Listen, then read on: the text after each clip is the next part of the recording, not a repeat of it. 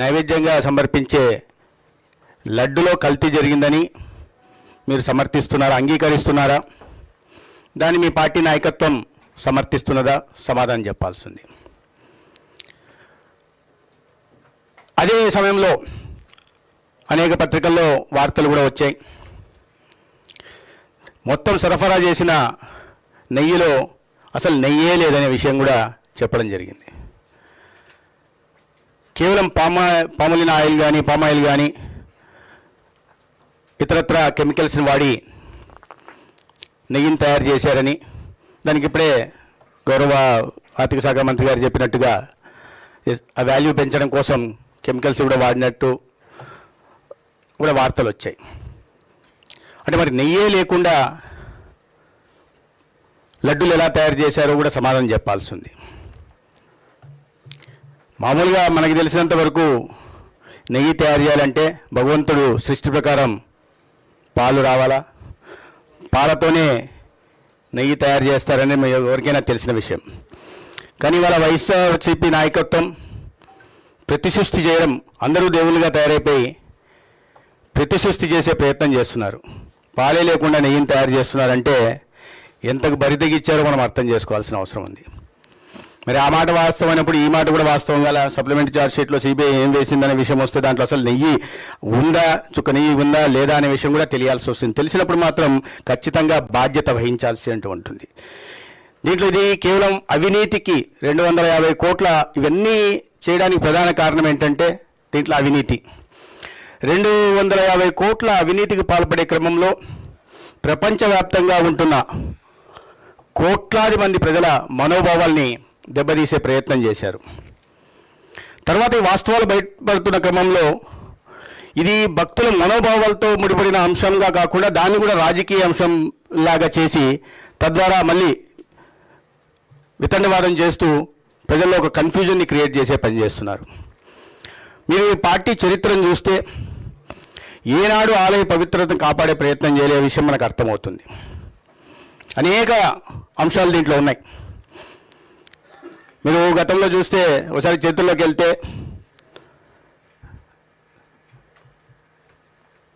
భగవంతుడు 7 కొండలపైన నెలకొని ఉన్నాడనే విషయం అందరికీ తెలిసిందే. ఏ చిన్న పిల్లోడినైనా అడిగినా చెప్తారు. కానీ 2 కొండలు ఉన్నాయని వితండవాదం చేశారు.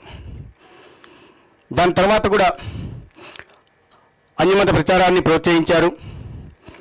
అన్యమతస్థులు ఉద్యోగస్తులు ఉండకూడదంటే ఉద్యోగస్తుల్ని చేర్చారు. ఇవన్నీ కూడా ఆలయ పవిత్రతను దెబ్బతీసే ప్రయత్నంలో భాగమే. దాని తర్వాత కూడా 2019-14 మధ్య మనమందరం అతి పవిత్రంగా భావించే బ్రహ్మోత్సవాల సందర్భంగా పాటించాల్సిన సంప్రదాయాల్ని ఏనాడు ఆనాడు ముఖ్యమంత్రిగా ఉన్న వ్యక్తి పాటించలేదు. అన్యమతస్థులు దర్శనానికి వెళ్ళాలంటే ఖచ్చితంగా డిక్లరేషన్ చెయ్యాలి అనే నిబంధన ఉంది. ఆ నిబంధనని ఏనాడు పాటించిన దాఖలాలు లేవు. సాక్షాత్తు దేశానికి ప్రధానమంత్రిగా రాష్ట్రపతిగా పనిచేసిన డాక్టర్ ఏపీజే అబ్దుల్ కలాం గారు దర్శనానికి వచ్చినప్పుడు డిక్లరేషన్ ఇచ్చినప్పుడు అన్యమతస్థుడిగా మరి ఆనాడు ముఖ్యమంత్రిగా ఉంటున్న వ్యక్తి కూడా డిక్లరేషన్ ఇవ్వాల్సింది. ఇచ్చిన దాఖలాలు లేవు. దాని తర్వాత కూడా చూస్తే అనేక అంశాలు ఇప్పుడే CFTRI రిపోర్ట్ గురించి చెప్పారు. 2022 ఆగస్టులో వచ్చిన రిపోర్ట్ని తొక్కిపెట్టేసి ప్రజలకు తెలియనీయకుండా తద్వారా బార్గెనింగ్ పవర్ పెంచుకునే ప్రయత్నం కూడా చేశారు. దాని వెనక ఏం జరిగిందో ఖచ్చితంగా నాయకత్వం చెప్పాల్సి ఉంది.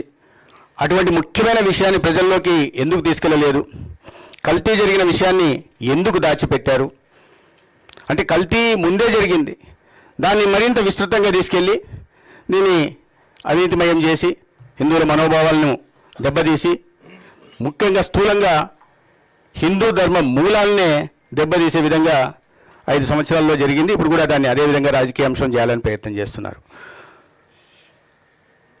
దానికి ముందు ఆనాడు ఈఓగా ఉంటున్న వ్యక్తి food safety standards authority of India ఈ బీటా సిటోస్టెరాల్ ఏదైతే ఉందో ఆ కెమికల్ను కూడా వీటిలో పరీక్షించాలని చెప్పినప్పుడు రాష్ట్రంలో దానికి ఆమోదం తెలిపి తర్వాత ఏ ఉద్దేశంతోనో మరి ఉద్దేశపూర్వకంగానే ఆ కావాల్సిన కంపెనీలకు వాటి నుంచి ఆ సడలింపు ఇవ్వడం జరిగింది, మినహాయించారు.